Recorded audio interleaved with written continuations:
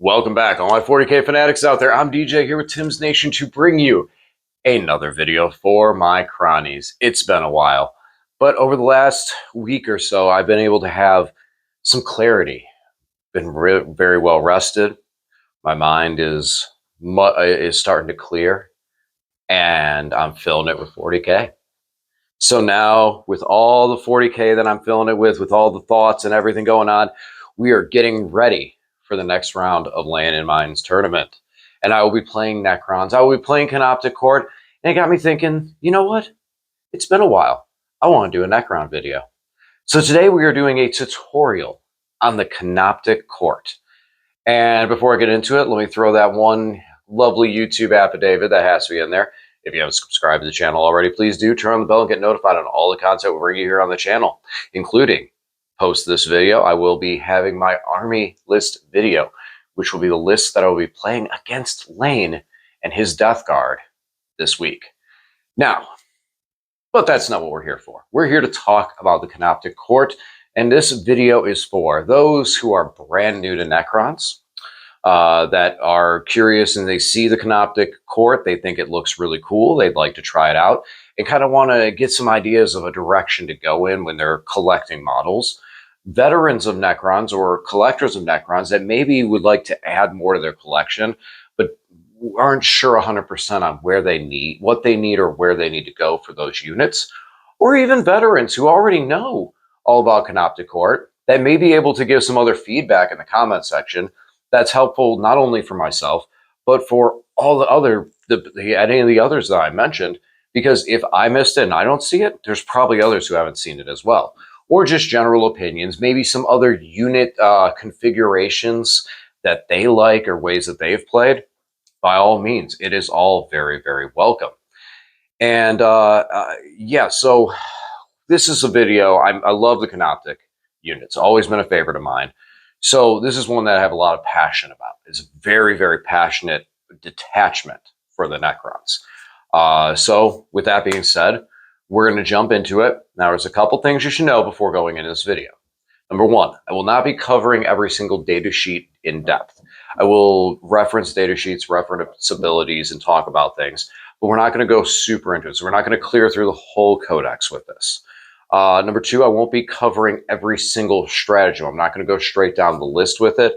This is going to be a talking point. So if something I say you have a question about, please immediately comment down below and we'll clarify it. And if enough people are questionable about some specific thing, that might be enough to do another video just focused on something like that. It may even be tabletop videos where we show the table and how these units move and how some of these interactions can work. So I think I've covered basically everything. With that, I'm not going to be doing a lot of data sheets. You do need to have kind of that basis into some of this for what we're looking at, but not too much. As long as you got the codex in front of you or the app, and you're able to read up on the data sheets and you have a general idea of what these units can do, that's all you'll need for the starting point. As far as everything else, we'll mix this all together and we'll get ourselves a nice little stew. So, Canoptek Court.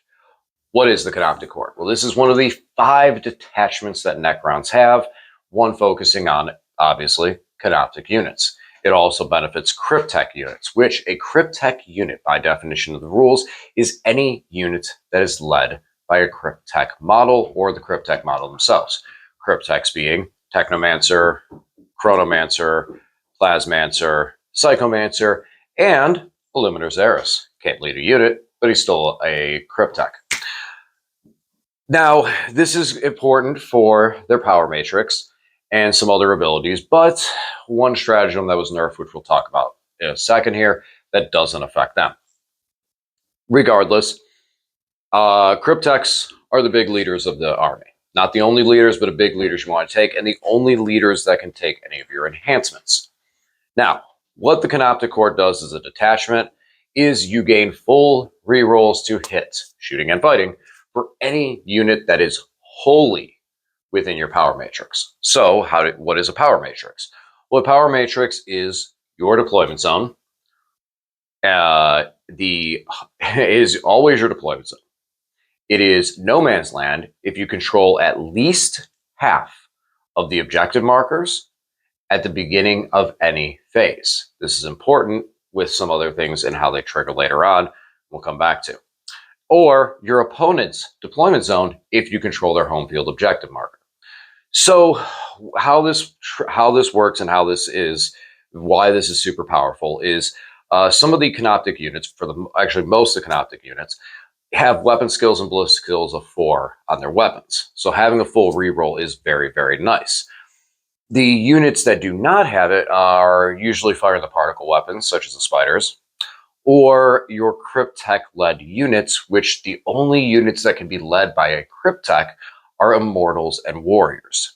So those are the only other units that we can bring in to gain these buffs being led by a Cryptek model. So in those units then have, the warriors have 4s, but the immortals have a 3-up ballistic skill. So moving down that chain, with the power matrix, there's also a couple enhancements and stratagems that base on where you have it. For the most part, it is the full rerolls to hit. Now, because this is the beginning of any phase, this means that when you move, if you move onto an objective marker and take control of it, then when it changes over to your shooting phase, at the beginning of the phase, you control at least half. Now, no man's land is your power matrix. If you charge, and you charge onto an objective, you're charging during the charge phase. Then after all charges are complete, you move to the fight phase, which now means that during the fight phase, when you actually are rolling to hit, you have full rerolls to hit. So this is a very, very strong ability for the Necrons and for these Canoptek units, and how you can utilize it, especially with a lot of the Canoptek units having fair close combat abilities, pretty strong, better off in close combat than most places on the table. There's a couple of good shooting units, but for the most part, combat is where most of the power actually is able to come from.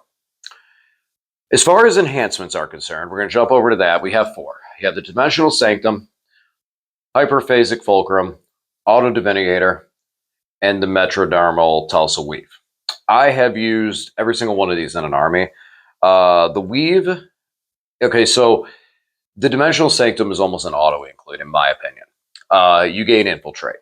And as I've said many times, this is a my opinion video, a lot of my opinion, my research and such. So your Cryptek unit gains Infiltrate. So you have a Cryptek unit, and again, your Crypteks can join Immortals and Warriors, or the Wraiths. And that is the big kicker. Technomancers can join Wraiths. So every one of these abilities, everything we talk about, can be boosted with them. So let's stop and talk about that for a minute, because that is a huge, huge part of this detachment. And I actually had a friend of mine ask me the other day, they said, hey, my buddy's looking to take a Canoptek Court to a tournament. He doesn't have a lot of Wraiths. What can he use instead of Wraiths? And my answer was, honestly, really nothing. Because when you start to go, oh, well, I'll take it and take all this stuff and take some Immortals and stuff like that, I'm going to go, okay, that's cool, but why not take Obeisance? Why not do Awakened Dynasty at that point, where you have some things that boost those other units? The Canoptek Court, that Dynasty, this detachment really boosts into those other things, that the Wraiths are your backbone. The Wraiths are your game. Where a lot of other units, some other units you can switch and swap things out and maybe change things up, Wraiths are kind of a non-negotiable point of the Canoptek Court. They are, especially because they're the only Canoptek unit that can be led by a Technomancer. What does that all mean? Well, that means you have a unit that you can take up to 6 strong, that are toughness 6, with 4 wounds, that have a 4-up invuln and a 5-up feel no pain with the Technomancer. On top of it, because you're led by a Cryptek, you could take Crypt Thralls and join them to the unit, giving you 2 extra 3-wound bodies to absorb wounds before you start losing your valuable Wraiths. These guys are fast, they're beasts, so they can move through runes. And again, by taking the Dimensional Sanctum and putting it on a Techno who's leading a Wraiths, you now have an entire brick of wraiths that can infiltrate and be up on an objective. As we said with the power matrix, being able to get at least half the objectives early is super, super important and very critical with this army. So having a unit like that that can move on an objective that your opponent, for most parts, is just not going to want to mess with, at least in the turns 1 or 2 on your terms. Because again, you can infiltrate this unit. Infiltrating is a very strong ability. In a lot of armies, infiltrate is something that is given to you. You take a 5-man squad of this or a 5-man squad of that, and you deploy it early to try to zone out your other opponent's infiltrators and get some board coverage and control. Wraiths have a 12-inch move. I'm going to double check that, make sure that they're not 10 with boost. Wraiths are fast. So because Wraiths are fast and they're beasts, they can just soar across the field. So you don't have to start them on an objective marker. Remember, at 10-inch move, excuse me. Remember, these guys, you need to control the objective marker at the beginning of any phase. So your movement phase, you don't gain anything for it. But your shooting phase, that's when you may want it. So you don't have to infiltrate right onto an objective. You can put yourself 10 inches away from 3 inches away from an objective marker. I know it sounds real confusing there, but remember, to control an objective marker, you need to be within 3 inches of it. So you could basically be like 13 inches away from the objective marker, 14 if you want to talk about advances. And I mean, there are some people could say, well, technically, yes, but for basic purposes, like 14 inches away. And that usually your opponent, they have to still infiltrate out of 9 inches of your deployment zone. So there's not a lot they can do to zone out the infiltrators. That you could take this unit and deploy it late in your deployment and still control that side of the battlefield, so your opponent's not able to just jump on the wraiths and obliterate them. On top of the fact, once again, like I said, with the crypt thralls, which I like to put with them, putting the crypt thralls at the front of this unit means that when you go to move, the unit moves. Crypt thralls only have a 5-inch move. Yes, they're a little bit slower, but again, this is the first model from the unit you're taking away.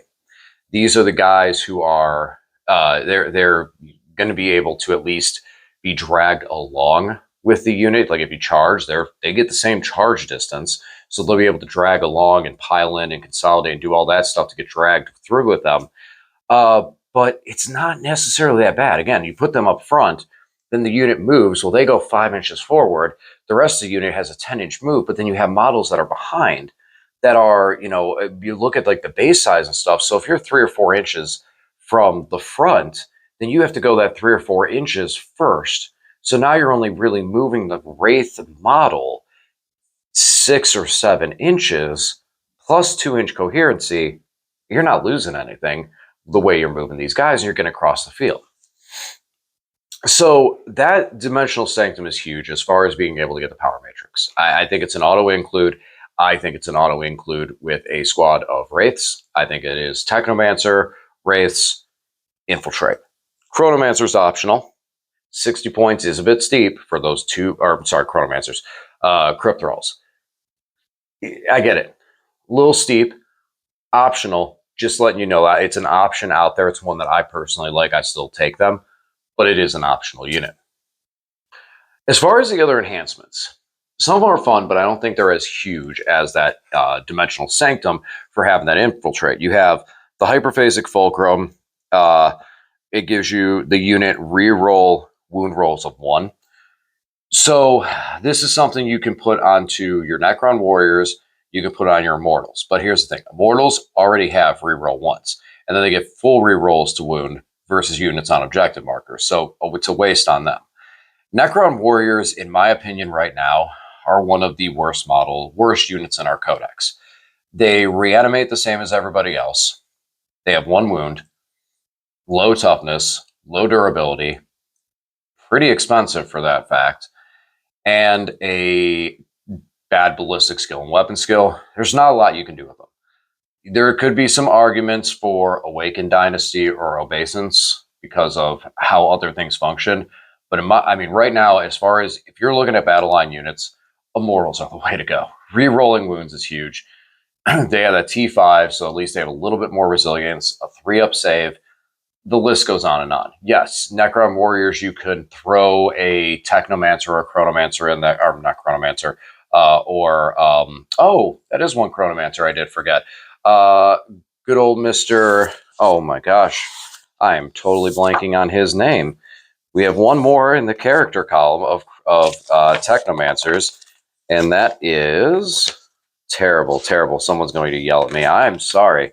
I forgot about him. It's Orkin the Diviner. He is a Cryptek, he's a Chronomancer, and he is a 4-up invuln to a unit. Now, again, Necron Warriors and Immortals being the only thing you can join, you can have a 4-up invuln on Necron Warrior squad.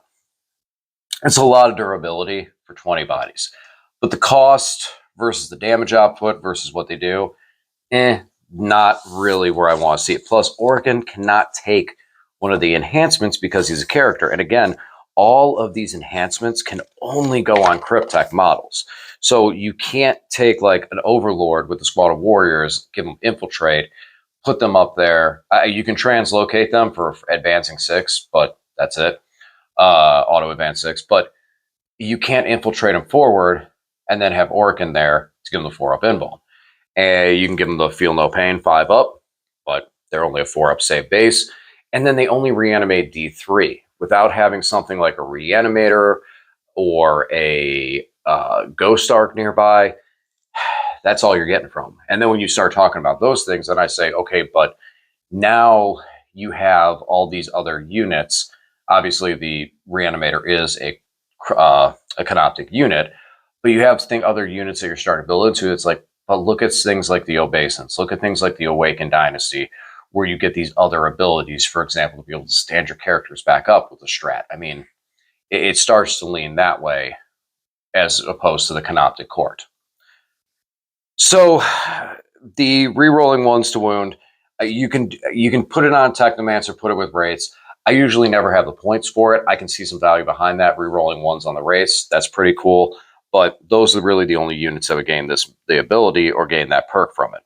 Auto Divinator, Cryptek model only. Whenever your opponent gains a CP because of an ability, on a 2-up, you gain 1 too. I like it. I never have the points really to run it because it's 15 points. I never usually have the points to run it. I personally, if you build your list and you have 15 points left over, yeah, that's where I'd throw it. It's great. Your opponent just, tries to do, because there's a couple, there's not enough abilities in the game yet that I see that your opponents are gaining command points like that, where you can use it all the time. But there's enough abilities in the game where it's nice to have when it uses it. If you go to a 5-round GT, I would say 2 or 3 games, somebody is going to be gaining command points in some way that you'll be able to use that ability. And then last, Metadermal Tulsa Wave. Whenever they charge the bearer's unit, it's once per phase, so you can use this consistently. Every time your opponent charges you. You roll a dice. On a 2 through 5, the unit that's charging you takes D3 mortal wounds. On a 6, they take 3. Not a lot of damage, honestly. And now this does. You could trigger this with a stratagem to then go, haha, I'm going to do damage to you, and then I'm going to reanimate. That's one I've never really seen the purpose of putting the points into. It's very cheap. So that is kind of I could see that as being like, okay, I guess I'm going to put this on a unit. Being able to get cheap mortal wounds for literally nothing if you have the points, okay. The only one that I look at and just go, I mean, they're all decent. They're all pretty decent. It's, I guess, the Hyperfoul Fulcrum for the points. Usually when you start getting that point column, I mean, for me, I'd rather take the CP generation, especially because of how good the strats are for this detachment. And then that's the thing with the strats. We'll glaze over these real quick because these are very quick and fast. I want to jump over into the units. Curse of the Cryptek. Simple strat.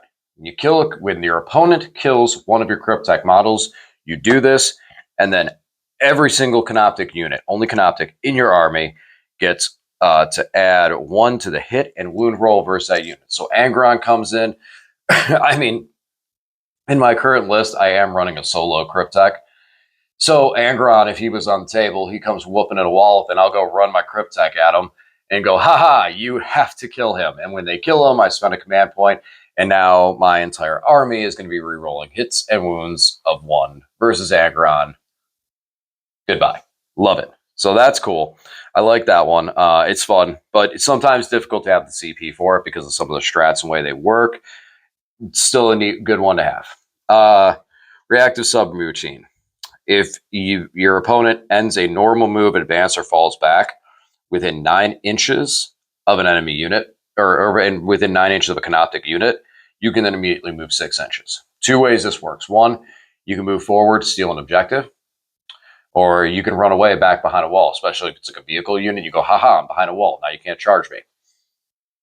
It's a decent one. It's a decent one. I don't use that one frequently enough. There's other ones that I use quite a bit.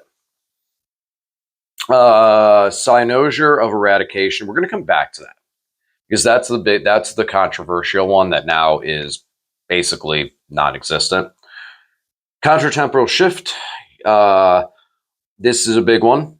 When your opponent targets one of your Canoptek units, you spend a command point, and basically they gain lone op, so they cannot be targeted by ranged weapons outside of 12 inches. That's an immediate effect. So you say, okay, I'm going to shoot your wraiths. And you go, I'm going to spend 1 command point and use this ability. Now they cannot be targeted unless you're within 12. Your opponent goes, okay, guess I'm not going to target them. Guess I have to target something else. They don't lose the shot. It is stated in the rules commentary. It's not like you just canceled that unit shooting. They have to redeclare their target because now it's not a legal target for them to declare. Huge. This is huge for protecting your, whoopsie, hey, fell nice. This is huge for protecting things like Scarabs that have literally no save whatsoever. Those infiltrating wraiths. You have your wraiths that you infiltrate up on the front line and they may be in line of sight. Your opponent lines up and goes, all right, I'm going to shoot him. You go, not so fast. 1 command point. Bam, I'm invisible. This is a good point to tell you. These are things you want to communicate with your opponent beforehand, before the game. Let them know. Reactive stratagems. You tell them, but like, I have a move away. If you move within 9, I can spend a strat, move 6 away. If you target a unit in shooting, I can spend a command point and make myself lone op. These are things you want to tell your opponent because they're reactive based. Some of the stuff that's more proactive based, the basis of it, you tell your opponent your army, you tell them what your detachment does and stuff like that. You fill them in on that, but you want to make it a quick presentation. Reactive stuff is definitely very important to make sure your opponent knows out of good etiquette. We also have the solar pulse. Now, this is an interesting one. This does not require line of sight. Okay. You target an objective marker within 18 inches of a Cryptek model, and now every Necrons unit, not Canoptek, not anything, nothing else, just Necrons, ignores cover when hitting objective units on objective marker. Very, very nice. Very nice, very useful, especially with armor contempting Marines. Oh my gosh.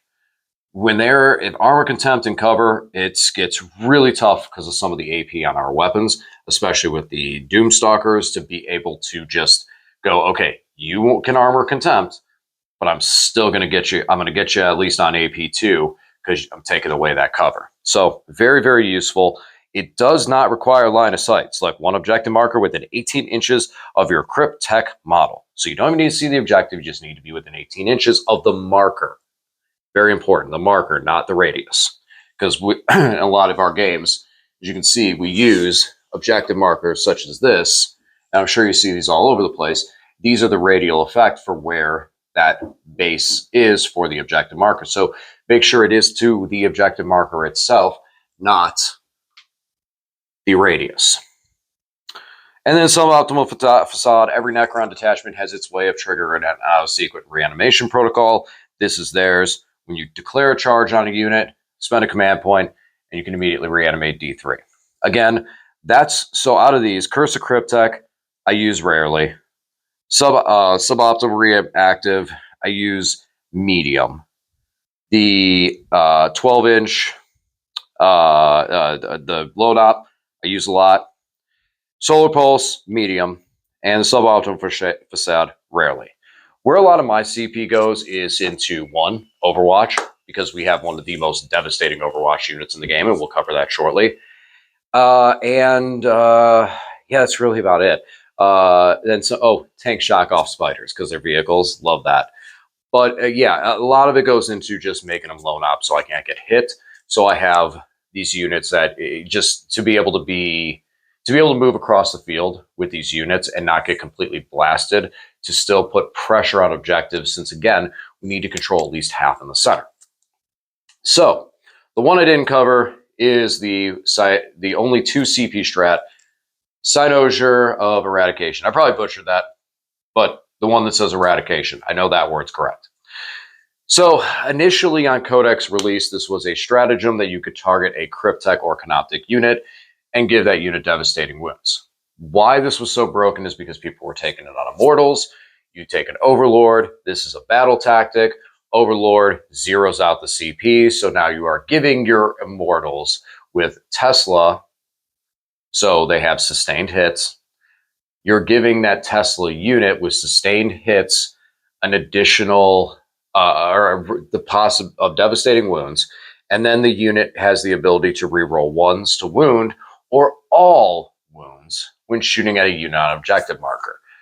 This unit of 10 guys could pick up a Land Raider, realistically, and just completely just decimate things. Now it has been changed that it only targets the Canoptek or Cryptek models. So while you could still zero it out, and I was doing this for a while when I ran my Immortals, it was only the Cryptek who was gaining the ability. But hey, giving what the Crypteks have on them for guns and giving them devastating wounds for free, why not? If I'm able to, I mean, why not? So if you are still running the Immortals, keep that in mind. You can still zero out the strat.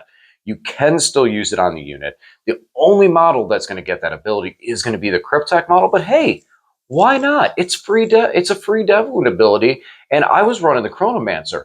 That his staff has blast.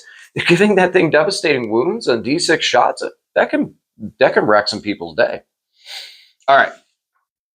So now we've covered basically on how the Canoptek Court functions.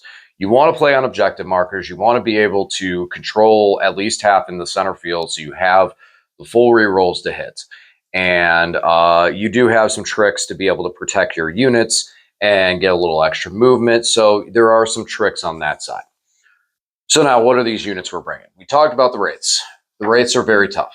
The Wraiths can only be led by a Technomancer, but they really, really are the backbone of this army.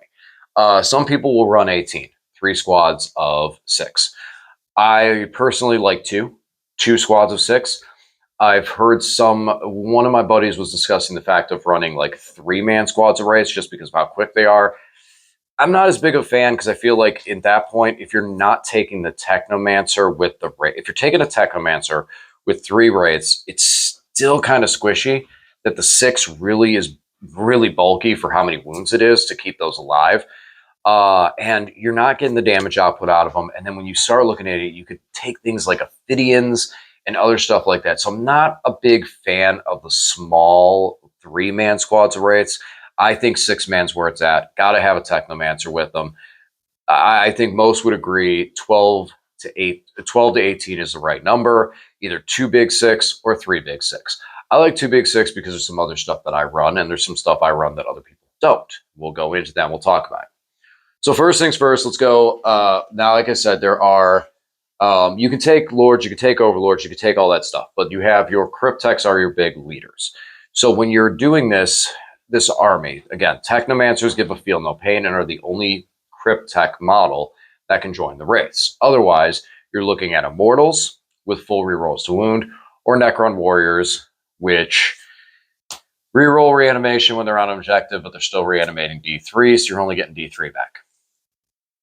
So the Crypteks of note, Chronomancer gives you a move after shooting and a stealth ability. I personally like that a lot on the Immortals. I think it allows the Immortals to be able to move out, shoot, and then drop back. And again, the Immortals, if they're led by a Cryptek, get the full rerolls to hit for the power matrix, which is what makes them really pop with sustained hits. I still see a lot of value behind them. just their damage, their threat has reduced because of the fact of the Devastator, which is still a lot of shots. And the gauze weapons have lethal with at least with a better AP. So the gauze weapons even do pretty well. There, I was messing around for a minute. You know, if you take Xeris, you could take Xeris, who's a Cryptek, and take a couple squads of Immortals with gauze, led by a Cryptek, like a Plasmancer. Plasmancer gives you 5-up crits. So now if you take the Tesla, you have critting on a 5-up for sustained 2. If you take gauze, now you're Gauss, now you're taking lethal hits with a better AP, so you have a little bit better damage output with them that you're also critting on 5s, plus full rerolls to hit, because once they're led by a Cryptek unit, now they get full rerolls to hit in that power matrix. So I do like the Immortals more so. That's why I don't talk about the Warriors too much. They don't gain as much. Yes, they can gain lethal hits off their weapon, but it's only it doesn't have the AP for it. Xeris is able to give you an additional AP for a radial effect for battle line. I like it a lot more with the Immortals over that. So I think Xeris and some Immortals could be a very strong play. If you wanted to try to pull away from Wraiths, that's a way to go. But the only issue is you lack some speed. You lack a lot of speed. So you might get stuck at halfway and stuck at that middle field. Now, you do have full rerolls to wound when fighting on an objective marker, which does lead to some very, very interesting, intricate stuff with the Immortals. The Immortals are 2 attacks apiece. And Xeris can give them that +1 AP when they shoot or when they fight. So now they have AP1 in combat. And they have full rerolls to wound when making attacks on units on objective marker. So suddenly the Immortals can actually punch pretty good. Full rerolls to hit, full rerolls to wound, 2 attacks apiece, AP1. And if they're led by an Overlord, that Overlord usually has a good weapon, a devastating wounding weapon, a scythe of some sort, Tesla, whether it's the regular Overlord or a translocation Overlord. Still, you're getting all that reroll buffs. So Immortals and Xeris out of the Canoptek Court, you could possibly substitute off the Wraiths, but you're losing still. The Wraiths are just so durable, so durable. So if you're going to go that route, you got to at least take 1 squad of Wraiths, I personally feel. And you are slowing down the detachment. It is going to be really, really slow. I tried it before, and it did feel like a point where I got to about halfway, and I wasn't really able to continue to push forward. I had the resilience to stay alive, especially because of the armor of contempt that Xeris gives in aura as well. The fact that Xeris is re-rolling hits and stuff like that, it was really, really strong. But again, it just doesn't push far enough, because even though you're AP1, you are AP1. So if your opponent's able to put something with a 2-up save and then decides to pop any type of armor of contempt strat, anything that's going to reduce your AP by 1, and they have a 2-up save, suddenly you're getting, yeah, the Overlord's doing damage, but you're getting slowed down significantly.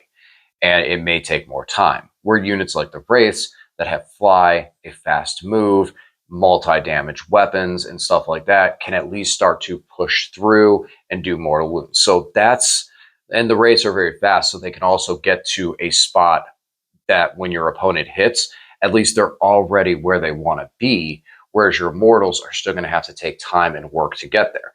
Yes, you can advance 6 off the Translocation Overlord, but then you can't charge.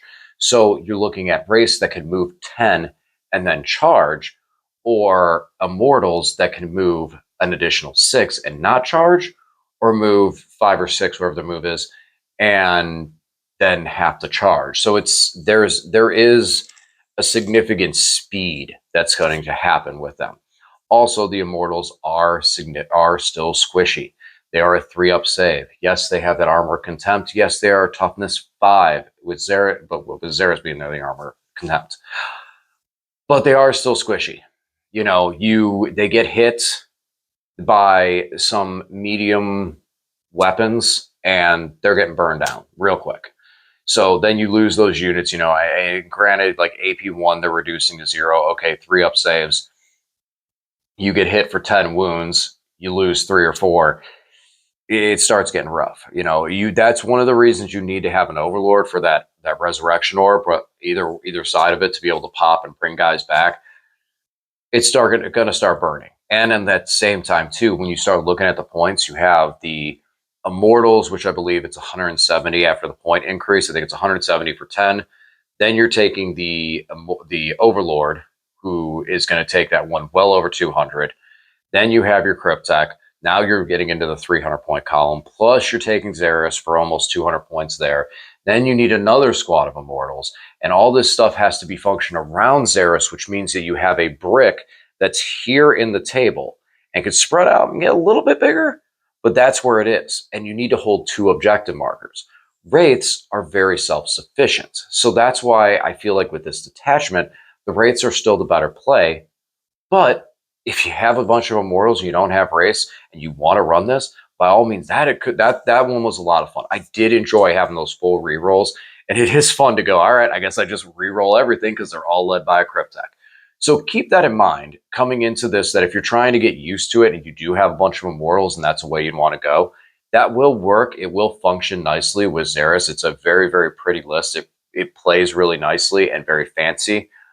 But you're going to feel it once you switch over to Wraiths. You're going to be like, wow, I feel like my army is like 20 feet wide. And you really will feel that difference. So that's basically with the characters. Plasmancer is good with the immortals for the crit rerolls. Chronomancer, I like that one a lot more with my immortals because of the extra move, being able to shoot and move to get on those objectives. Technomancer is great with the Wraiths. I mean, Technomancer is just amazing as it is, but he's great with the Wraiths because he can join them. Psychomancer. Psychomancer has gotten a lot of sass, a lot of talk. He's not that strong, not this, not that. I like him. I'm going to actually be running him in my next list because of the fact that his abilities do not require line of sight. And everything, like I said, with killing a Chronomancer, or killing a Cryptek and giving that buff off, and the fact of him being able to knock off objective, or cover on an ability, or cause a unit to battle shock. There's a lot of weird abilities in the game that I've been seeing more and more, that once a unit fails battle shock, bam, you can hurt them. So being able to hit a unit that wants to battle shock and hitting a unit and making it battle shock and then go, okay, I'm going to charge you now. And knowing that that unit is battle shocked and can't use armor or contempt strats or can't interrupt during the fight phase could be very, very strong. Not to mention the fact, too, if you are looking at a unit going, I don't really want to charge, I want this or do that, you could hit a unit and go, okay, guess what? Well, now you don't control that objective marker because now you're OC 0 until your turn. So now, cool, I just scored tempting targets or something else without having to put all this extra effort or lose resources at that point in time. So I'm going to give him a run in the next list. And a lot of it comes down to the fact he's really cheap too. So he's cheap. He can hang out on an objective marker and keep an objective marker while my race have to push forward and do things like that, since Scarabs cannot do that. All right, so that's pretty much it for the characters. We talked about Orkin, talked about Xeris, we talked about those guys. If there's any ones you want me to address some more, please leave a comment down below. We'll talk about them. Now, units. We've talked about the Wraiths a lot. I'm sure I'm going to talk about them more. Wraiths are the backbone for taking objectives. They're tough. They have a good amount of attacks. I like the Vicious Claws over the Whip Coils. I don't think you need the Whip Coils in this right now in this detachment at all. I think it is claws, claws, claws, because a lot of the other weapons that we do have don't have any AP. At least those have AP and are damaged too. So that's my opinion on those. Their ability to move over a unit and do mortal wounds. All you have to do is move one model over a unit. You don't even have to move fully over it. You can literally move, and this is 100% confirmed. So I will gladly. I did another video talking about this on my channel here. I'll bring it back up and we'll go over this all again. But yes, if a model is here, so we'll take it. We'll use this Wraith. We got them right here. That Wraith, all it has to do, if this is the model, is move over. Now it's over the model. then move back and land 1 inch away. If you can execute that, you moved over the model. And then every model in the unit, you get 1 dice for it for those mortal wounds. Every model. This means every time, every Crypthal in the unit, every Technomancer in the unit counts for 1 dice. It doesn't check every Wraith in the unit. It says every model in the unit. So you can actually dish out some pretty decent amount of mortal wounds on that thing. The distance is the thing. The issue is getting there and getting it to happen. But hey, it's there. I've used it multiple times. Other Canoptek units. The other big boy for this is the Doomstalker.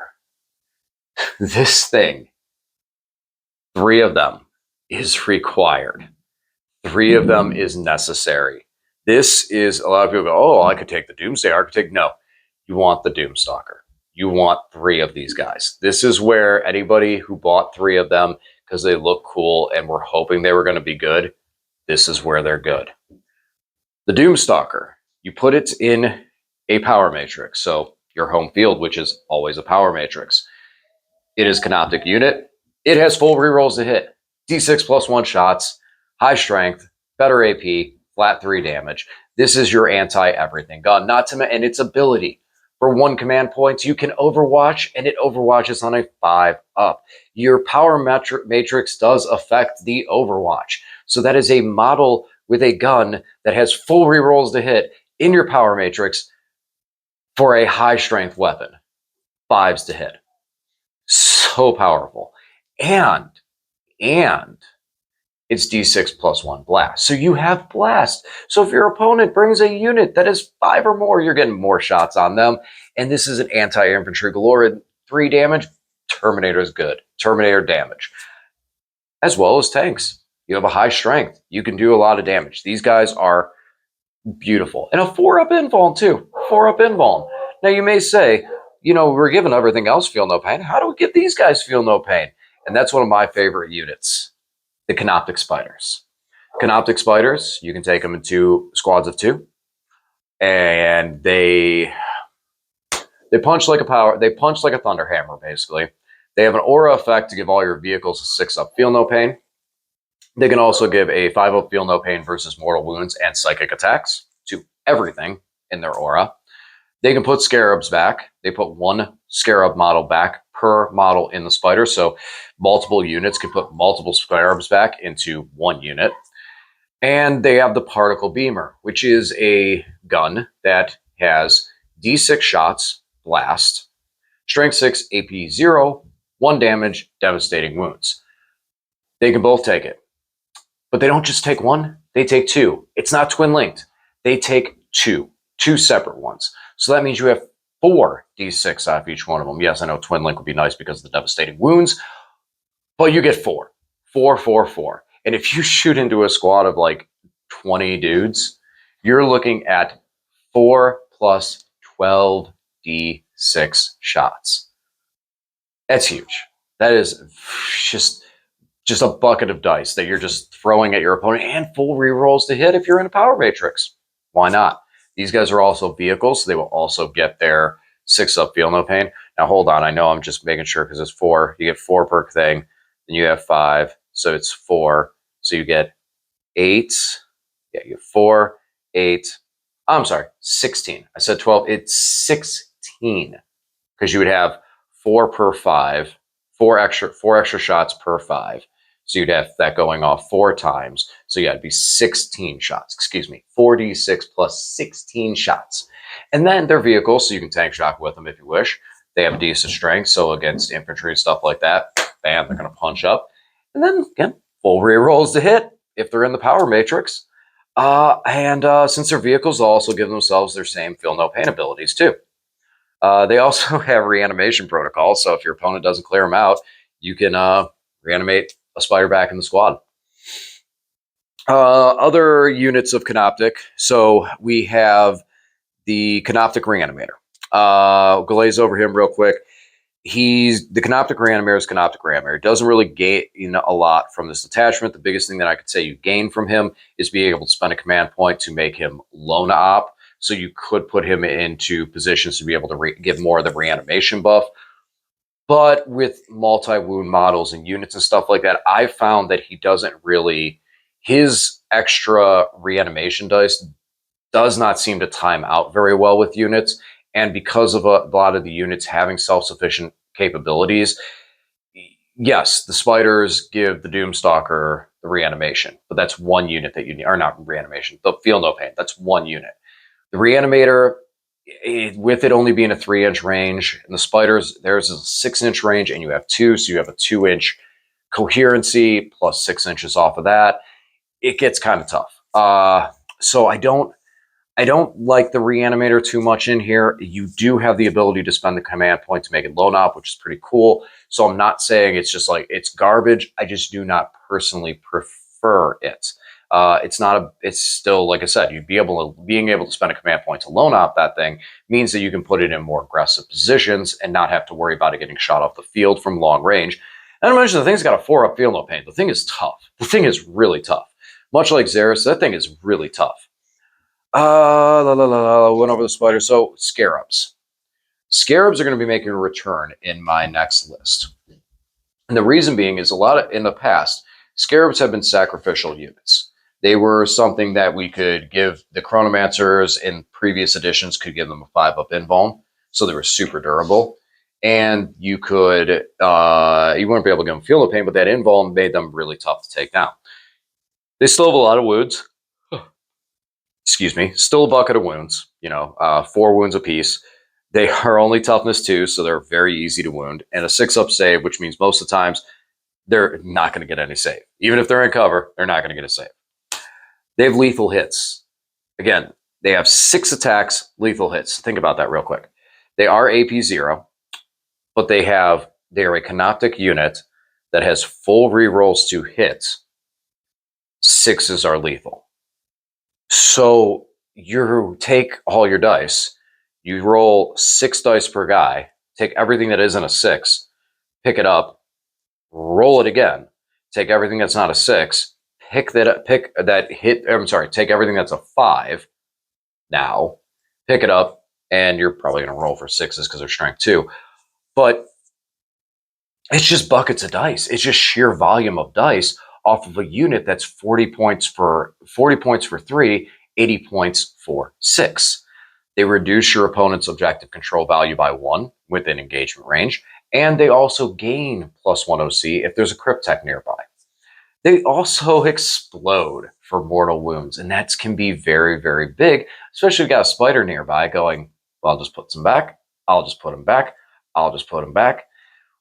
Where I think these guys are going to shine is going to be after the Wraiths hit, and they hit a unit, and they're holding that unit there, and they got this unit objective, and they're taking control. The Scarabs come in after. Scarabs coming after, they hit the unit, reduce the OC so you control it, and explode, taking out some more guys, and then buckets of dice for lethal wounds to just be able to do lethal damage. I think Scarabs do still have a home.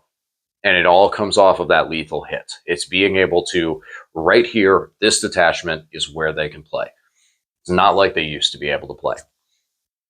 Especially since swarms can't go through runes. It's pretty terrible. Like, a Space Marine can climb through a window, but a bug that has fly, literally has fly, can't go through it. They're not going to be able to hold objective markers because they are OC 0 inherently. But by having things like that Plasmancer that I have hanging out, in the later stages of the game, he can sit back there with the Scarabs. A spider might be able to come by nearby and help rebuild the squad. They have reanimation, so they can rebuild themselves. They are 4 wounds apiece, so it is a big chunk of wounds to have to go through on these things. And if you're firing weapons that can murder Scarabs in 1 hit, then that means your Wraiths aren't getting hit by those. So I think that Scarabs still have a home, and that comes out of a lot to do with this attachment. But they are the second hit. They are the counterattack after Wraiths are there on objective to help Wraiths get out of combat quicker to continue moving across the field and make your opponent go, I don't want to waste time taking out the Scarabs because I have Wraiths here, but if I don't take out the Scarabs, they're going to reduce my OC and keep moving across the field. And again, by having a Techno with the Wraiths, now they are OC 1, that's extra OC you're bringing across the field. That's also reducing your opponent's OC down, so anything that's OC 2. Now you're dropping it down. Wraiths are already OC 2. Do you see how that all kind of starts to work together? If your opponent has the higher OC and has OC2, the Scarabs can bring it down so that your wraiths are bigger. It really can help. And I mean, it doesn't help too much against like Armigers and Knights because it's like you're bringing it down one OC, but it's there. All right, so I think we've covered all of the Canoptek units from the Codex. Yeah, we've covered all the Canoptek units that are actually in the Codex. So now there are a couple of non-Codex Canoptek units. These are what was referred to as the Forge World units. And we have 3 that we can bring. First one we'll talk about is one that I don't own, and that is the Archeites, or Archeites. They are little flying bugs. They have a weird ability to be able to reduce the 8 armor on a unit that they hit, which is pretty good because I've seen it with Death Guards. It's a strong ability, but they have to hit the unit, and they're hit on 4s. And yes, you have your power matrix, but then but their cost overall, what really is strong for them is the fact that they infiltrate. So a cheap unit of those guys can infiltrate. And now this is a unit that you drop early. You put them in a corner, you hide them behind a wall, and then you tag that objective. When you tag that objective, now you are moving forward. Now you have that, oh, haha, you have to come take out this little 3-man unit that's hiding back here that can hide behind this wall nicely that your opponent has to take out or take that objective. If they come take the objective, they get close, you have the strat to go skitter away and get out of there and then move to the other side. So I don't own any of them. I don't know that I particularly run them because I run a different style and a different Forge World unit for that similar reason, but they're definitely valuable. If you got them, this is a time where you can use them, and that infiltration ability is beautiful. We have the Centipedes. You have the Stalker and the Sentinel. The Stalker is the weaker of the 2. First of all, it costs 130 points. Its big ability is the fact that it can heroic intervention for 0, and it doesn't really hit that hard. They are monsters, not vehicles, so you can't tank shock you. Now, the Sentinel is the one we're going to talk about. The Sentinel is 15 points cheaper at 115 points. Both of these guys deep strike, but these guys gain +1 AP when shooting at a unit on an objective marker, and they gain armor contempt when they're near an objective marker. These guys can deep strike, and that's what's huge about them. A lot of the army has to be played on the field, especially with the infiltrators. So your opponent could slow stuff down and wall you for a bit. These guys deep strike. They're able to do things like in the secondary games that you need, that really, really need. I've played without them and gone, I need these back in here. I have to have something for that deep strike in that secondary game. Yes, you could put Scarabs into reserve and use them for your secondary game. Absolutely. But that's rough. That's rough. And also, if your opponent doesn't give you that table edge or you need that table edge on turn 2, these guys get around it. Not to mention, they're toughness 9, 9 wounds. They're tough to take out. I mean, they are tough to take out, and they have an in-ball. So they're difficult to take out unless your opponent can really focus on them and take them out. Damage outpoint, medium. You know, if they're in a power matrix, much like everything else, they can hit hard. The Exile Beam is very good. But personally, after seeing it, the Stalker is better, or the Sentinel is better than the Stalker. The Stalker he costs more. He doesn't really do what you need him to do.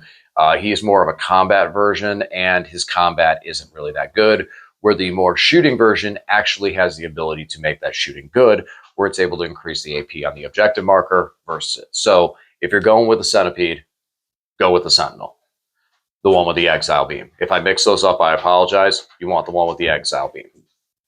So, all in all, we talked about all that stuff. Finale, and you want to play this with playing this army. This is an army that you want to really control center field. You don't need to go after your opponent's deployment zone. You just need to make sure that you have a very strong presence at center field.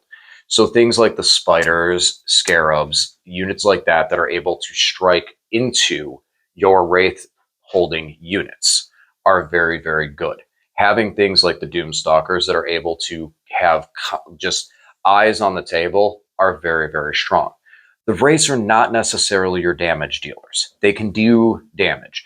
You can tool them up to do damage, especially with enhancements to increase their reroll ones to wound. But their biggest thing is how resilient they are. That 4-up invuln, 4 wounds, toughness 6 with a feel no pain from a Technomancer makes them very, very difficult to move. So when your opponent hits, they get stopped, and then into your turn, you're able to counterattack, taking them away and keeping that power matrix at center field to continue to push into your opponent's zone for things like behind enemy lines and capture enemy outpost or deploy teleport homer if those things pop up as your secondaries as the game goes on. Not a lot that I see on the fixed secondary. They're just because of how the Canoptek units work. I don't necessarily feel like I see a range of fixed secondaries you can go with. You could probably play the Archaeites with maybe some behind enemy lines, but you don't really have those resources. And with things like Orcs in the meta right now, kind of tough to push through on them. Orcs are not a super, super big deal for us because even though they have that 5-up invuln and be able to wall and have the 5-up invuln, we have a lot of volume and a lot of blasts that we can bring off different things. Oh, as well as the fact, big thing too, I didn't mention with the Wraiths as well, it's very important, especially for the secondary game. Give them all particle casters. Always give them particle casters. I know you might think, man, but that transdimensional beamer, if that thing hits, that's good damage. Particle caster. It's a pistol, so if you're in combat, you can complete an action. Big deal. Big deal. You can do certain secondaries and stuff like that. So yeah, that pistol is very, very cool. Plus, I mean, it's got dev wounds too. A lot of dev wounds that you can get out of this army for not a lot of rerolls on it, but a lot of dev wounds you can get out of this army. So that's pretty much it. I think I've covered everything. Every single, I feel in my heart like I'm forgetting a Canoptek unit, but I scanned through everything. I think I covered everybody, and I think we are good to go. Yeah, I'm looking even through my entire collection. I think we got everybody, and we covered everyone that currently exists in the Codex that is a Cryptek or a Canoptek unit. Talked about the strategies, talked about how the army plays on the table, how some of these units function. So, all right, I think that we'll wrap this up. Leave some comments down below. Love to start the conversation and continue these conversations going on. I've been able to be a lot more active in the comment section, so I look forward to hearing people's response. And I will be working on my army list video here soon for the list I'll be playing against Lane. All right, guys, as always, thanks for watching, and I'll talk to you again soon.